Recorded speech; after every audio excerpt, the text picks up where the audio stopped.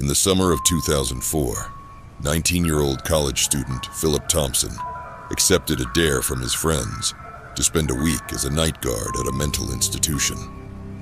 The Asylum, infamous for its dark history and the legend of the Whisperer, held a personal connection for Phillip, as his uncle had been a patient there several years earlier. What happened during his time at the asylum was both terrifying and life-altering. This is the story Phillip told his psychiatrist, Dr. Samantha Reeves, during a session after his harrowing ordeal. I walked through the heavy wooden doors of the asylum, not knowing what to expect. As soon as I entered the place, it felt like the air had thinned out, letting the musty smell of old paperwork and stale air hit me like a wave. Fluorescent lights flickered overhead. It wasn't the light, but the shadows it cast that made me feel not alone.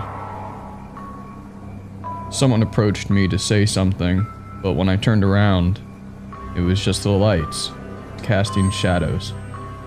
I adjusted my new security guard uniform, the starched fabric stiff against my skin. "Phillip Thompson reporting for duty," I said to the bored-looking receptionist who looked familiar. She barely looked up from her outdated computer screen as she handed me a set of keys and a radio. "Third floor, east wing," she droned. "Watch out for the crazies." I tried to ignore the uneasiness that settled in my gut. I needed this job. After all the trouble at my last job, I was sure no one would ever hire me again. It was only for a week, but at least it was something. With Dad's medical bills piling up, I couldn't afford to be picky. Besides, my friends had dared me to stick it out for the full 7 days. $50 from each of them. How could I say no to that? What they didn't know is how much my dad needed it, but there was no way I was going to tell them. As I climbed the creaking stairs to the third floor, I realized I was lost. This was the wrong third floor. I was meant to start 3 floors underground. I turned around and started going down the 6 stories to the 3rd level basement. No wonder the position was open, I thought. Little did I know that the horror I was about to experience had not even begun. My Uncle Jack had been a patient here years ago. Then he vanished without a trace. Mom never liked to talk about it, but I knew something strange had happened to him within these walls. How could they just lose a patient? It didn't add up. But that's the thing about people in these places. They're already invisible. Maybe my connection to Uncle Jack is the reason I've always been drawn to this place, despite its dark reputation. I finally reached the east wing and unlocked the heavy metal door, the keys jingling in my hand. The hallway stretched before me, dimly lit and silent, except for the occasional muffled moan or whisper from behind closed doors. I took a deep breath, squared my shoulders, and stepped forward. The cold air prickling my skin. The halls of the asylum seemed to go on forever, each corridor identical to the last, and full of untraceable movements and moans, a labyrinth of the unknown. As I walked, my footsteps echoed off the bare walls, mingling with the distant sounds of groans and whispers. I couldn't tell if the sounds were coming from the patients' rooms or if somewhere else entirely, somewhere far away, and yet impossibly close. I thought I saw movement out of the corner of my eye that disappeared when I looked in that direction. It was familiar, like someone in particular, but it wasn't immediately recognizable. It must have been all those flickering fluorescent lights. Then suddenly it lit up the wall next to me. In the blink of an eye, I saw it. The words, "Susurro ad est." I had no idea what those words meant, but there they were, clear as day on that solid gray wall. I walked faster, eager to get away from those strange words. My heart began to race. It would be rather embarrassing to call myself a night watchman and be afraid of the crazies, but I couldn't deny that I didn't like anything about it. I kept walking up the hall and then I realized something.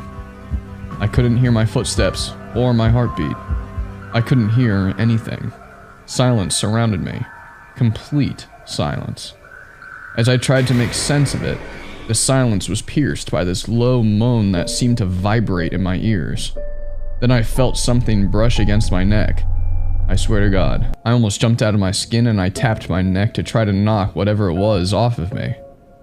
But nothing was there.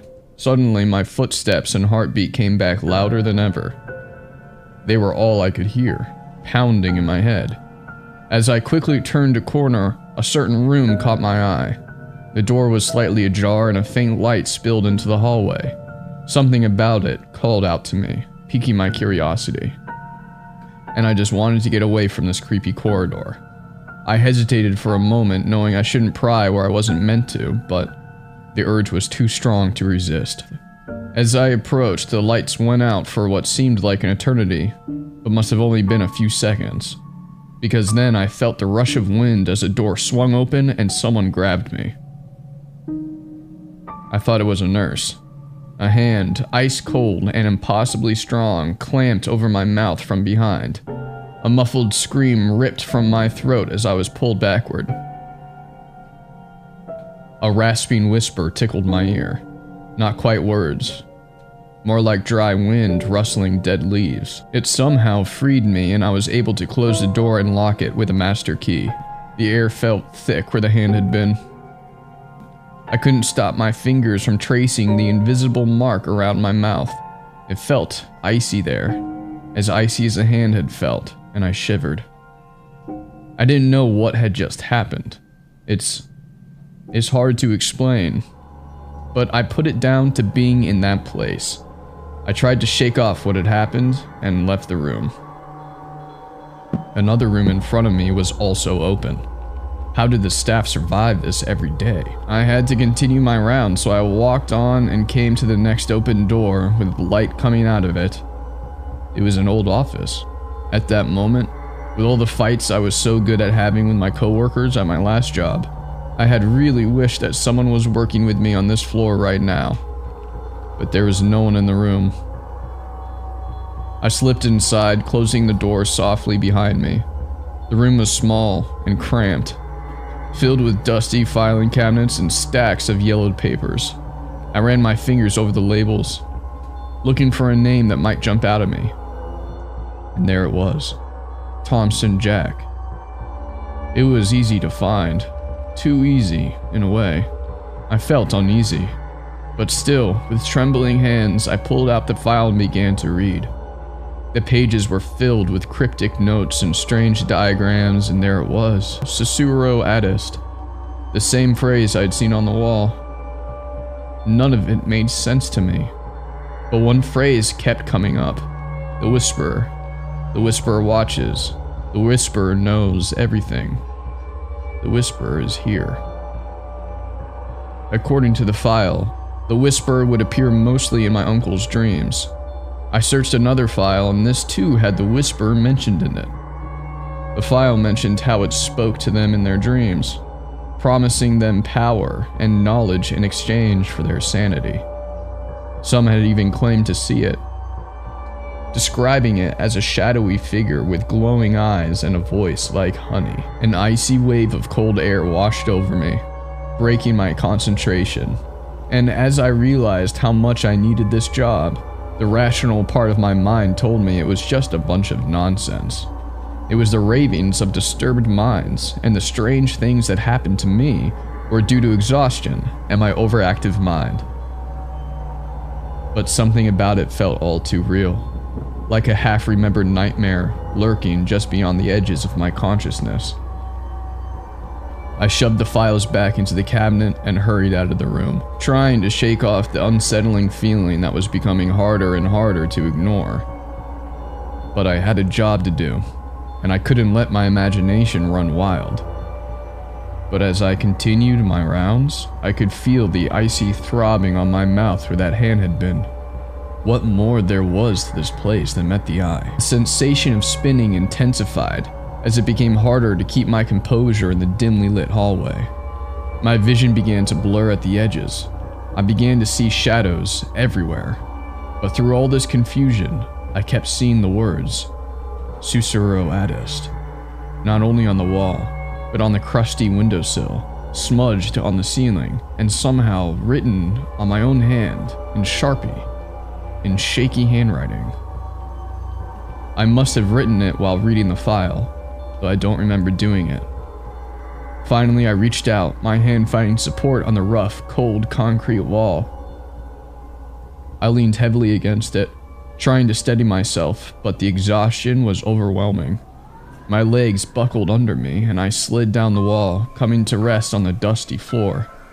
I had to compose myself, and this was the only way I could think of. I squeezed my eyes shut, trying to block out the dizzying kaleidoscope of horrifying images dancing behind my eyelids. My mind raced, thoughts jumbled together in a chaotic mess. My uncle's disappearance, the asylum's dark history, the whispers of something sinister lurking within these walls. It all swirled together, a whirlpool of fear and confusion. My fingers worked the phone by themselves. I had to know, what did those words mean? Sussurro adest. Latin. It means the whisperer is here. Despite my best efforts to stay awake, to keep my wits about me, I felt myself slipping away. I needed to get my bearings, and perhaps a moment's rest would do just that. However, there was no real decision to be made, as the pull of unconsciousness was too strong. I sank into a restless slumber, the asylum fading away. In my dreams I was lost, wandering through a twisted version of the asylum. The walls seemed to breathe, pulsating with an unnatural life of their own. Shadows danced at the edges of my vision, and I could hear whispers, sinister, unintelligible murmurs that sent shivers down my spine. These whispers, they were vibrating off the walls. They were calling to me. Words I heard but couldn't translate. Suddenly I jolted awake, my heart pounding in my chest, a scream caught in my throat. For a moment I didn't know where I was, the nightmare still clinging to the edges of my consciousness. But as I shook my head awake, my eyes adjusted to the dusty darkness. The familiar corridors of the asylum came into focus. As I pushed myself up from the floor, my legs still shaky, a glint of something caught my eye. Tucked into a crack in the dusty wall was a small leather-bound journal with a brass clip.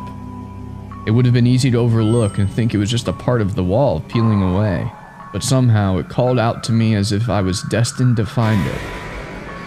Curiosity getting the better of me, I pulled it out and flipped it open. The first page was dated over 2 decades ago, and the handwriting was painfully familiar. I turned the pages with a shaking hand, reading more and more of the experiences. He wrote of a presence that drove him mad. He called it the Whisperer. It taunted him, it never left him alone. As far as I could tell, that was exactly what was happening to me. I flipped through the pages, his words beginning to sink in as I read. Most of it was unintelligible, and then there it was, page after page of 2 words scrawled over and over again. The Whisperer. As I read it, I saw a flinting shadow in front of me, and then I heard the echoing scream. I jumped in fright, shoved the journal into my pocket, and ran. I told myself it was all in my head. Besides, I was still on the clock and I had to get back to some semblance of work. As I dashed through the door to the common room, I found a maze of patients. Some trapped, rocking back and forth, others out of bed throwing things at other patients. This place didn't need a security guard. It needed a whole staff of professionals. Was this what I had signed up for? Who was running this place? I never got the secretary's name, but there had to be some kind of mistake. He's here. The Whisperer is here, a patient screamed, clawing at his own face. Even in this chaos, the job came first. I had to at least try to calm them, but it was like trying to hold back a tidal wave with my bare hands. The patients seemed to be under the influence of something beyond my understanding, yet familiar. Their eyes moved like puppets. But who or what was pulling the strings? As I struggled to maintain control, a chilling realization crept over me. The Whisperer, the entity that had haunted my uncle and now seemed to be influencing the patients, was real. And if the diary was to be believed, now it was targeting me. I saw a patient, a woman with knotted hair and an intense stare, staring at me, staring at my arms. She was muttering something to herself, and even though I wasn't close enough to her, I knew what she was repeating. The Whisperer. Before I could react, I felt a sharp pain in my arms and jumped. Something clattered on the hard floor, and I looked down at it, my eyes widening in horror. It was a bloody razor. I didn't know where it had come from or how it had fallen to the floor. I saw my hands first. They were dripping with a glistening red substance. I felt the throbbing on my arms and stared at them in disbelief. My sleeves were rolled up, but I have no memory of that. There, carved deep into my flesh, were the words, "The Whisperer." I was a walking wound. I let out a soft scream and scratched at them, trying to rub the words away, but they wouldn't fade. They'd laid claim to me, now at the bidding of the Whisperer. I tore off part of my shirt so I could pick up the razor and use it as a weapon if necessary. Then I pushed myself forward, away from the patients, away from everything. My legs burned, each step harder than the last, but I forced myself to keep going. I had no thoughts of where I was going, only that as long as I kept moving, I would get somewhere. The radio on my belt suddenly began to whisper. The radio. I had no more room for pride and decided to call back to ask for help. But what was on the other end was not human. It was a high-pitched sound that suddenly dropped very low, then an echo of a scream. I was about to fall over from the dizziness. I had to catch my breath. A sharp pain, my arm slamming into the door frame, but it swung open under my touch. I stumbled inside, slamming it behind me and fumbling for the lock. Where was the key? My fingers trembled, useless. No time, something heavy slammed against the door. I grabbed the radio and yelled, "Hello, is anyone there?" But the sounds only grew louder, drowning out my words. I had to find someone in charge. How could there be no one on this floor with all this madness going on? The screams of the patients echoed through the corridors, their anguished cries mixing with the disturbing tune on the radio. I spun around, my eyes scanning the room. Another office. A shadow flickered, my own reflection in a cracked mirror. Behind it, a splintered desk, big enough to crawl under. Just as another crash shook the door, I dove, squeezing into the dusty darkness. Silence. Silence except for my own ragged breathing. Dust motes danced in a sliver of light from beneath the door. What had I escaped? And was it just the other patients, or was something driving them into a frenzy? The Whisperer. The name pounded in my head like a fresh bruise. Was this madness contagious? Something shifted above me, the crack of the desk leg echoing in the heavy silence.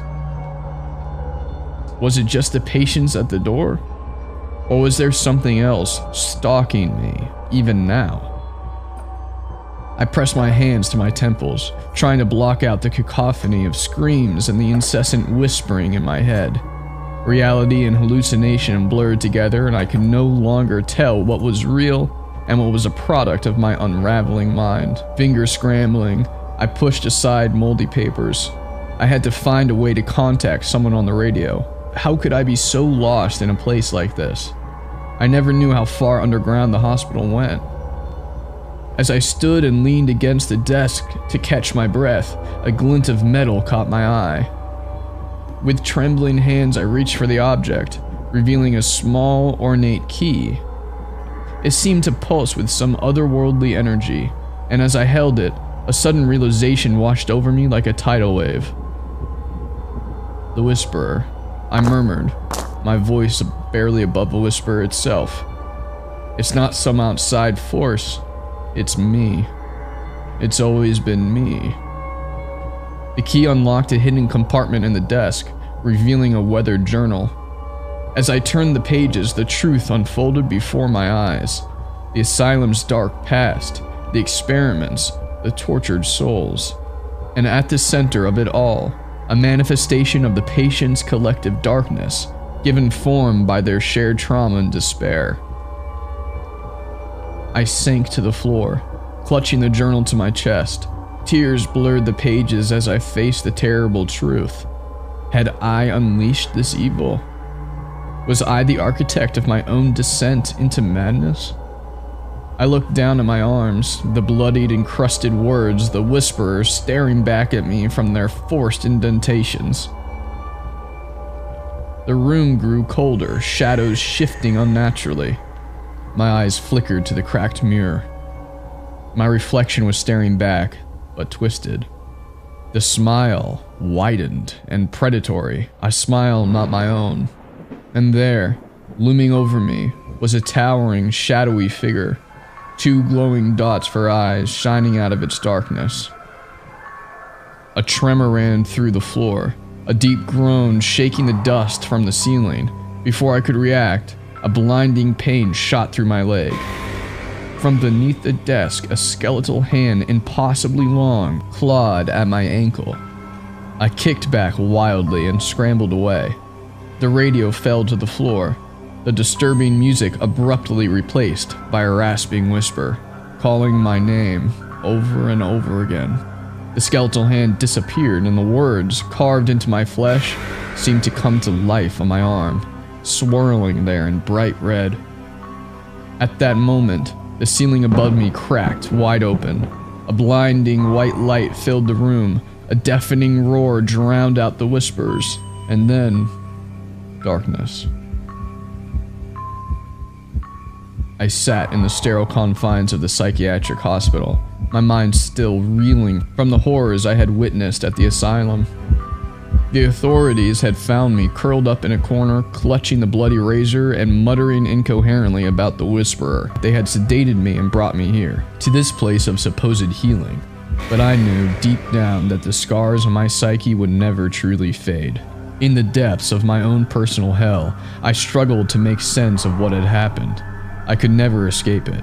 One look at my mangled arms, and I was instantly reminded that my mind and body were no longer my own. They were now the whisperers. As I lay in my hospital bed, staring at the stark white walls surrounding me, whispers echoed from the dark history of the asylum. The truth behind the whisperer had finally come to light, and it was more terrifying than I could ever have imagined. The entity that had possessed me, that had driven me to the brink of madness, was not a singular entity, but rather a manifestation of the collective suffering and madness that had accumulated within these walls of the asylum over the decades. The writing on the wall, Sussurro Adest, was true. The whisperer was here. The experiments, the torture, the countless lives shattered in the name of twisted science and depraved curiosity, it had all fed into the force that had taken a hold of me. And now I was just another shattered mind left to pick up the pieces in the wake of its destruction. The doctors spoke of treatment, therapy, medication, but I knew deep down there was no cure for what ailed me. I had delved too deep into the unknown, and the consequences of my actions would haunt me forever.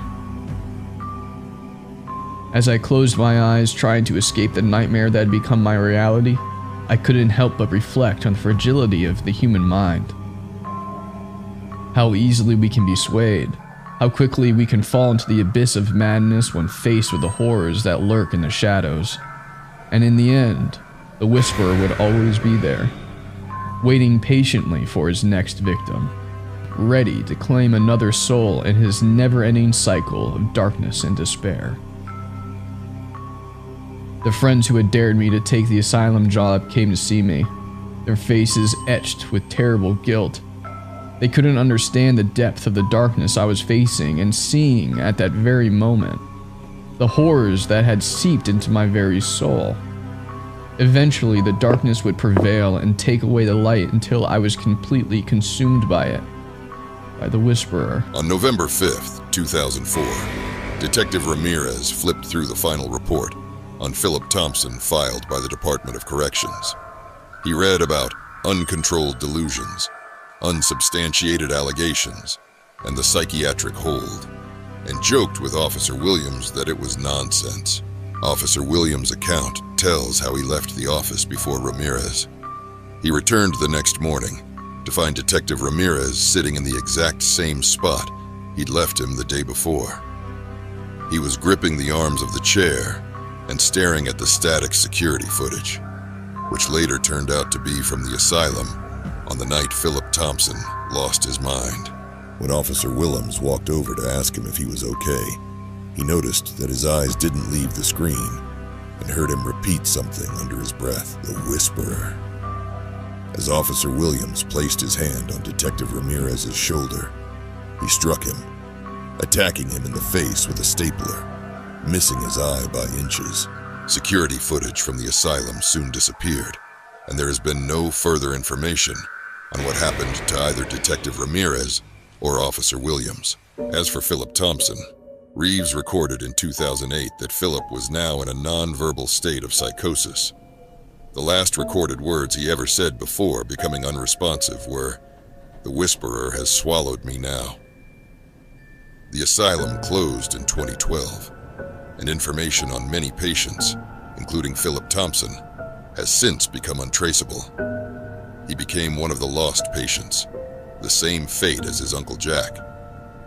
Exactly what happened to Phillip Thompson that fateful night 2 decades ago is hidden within the confines of this asylum, where, for many, sanity seems to have been lost and insanity confirmed. For more scary horror stories, please subscribe.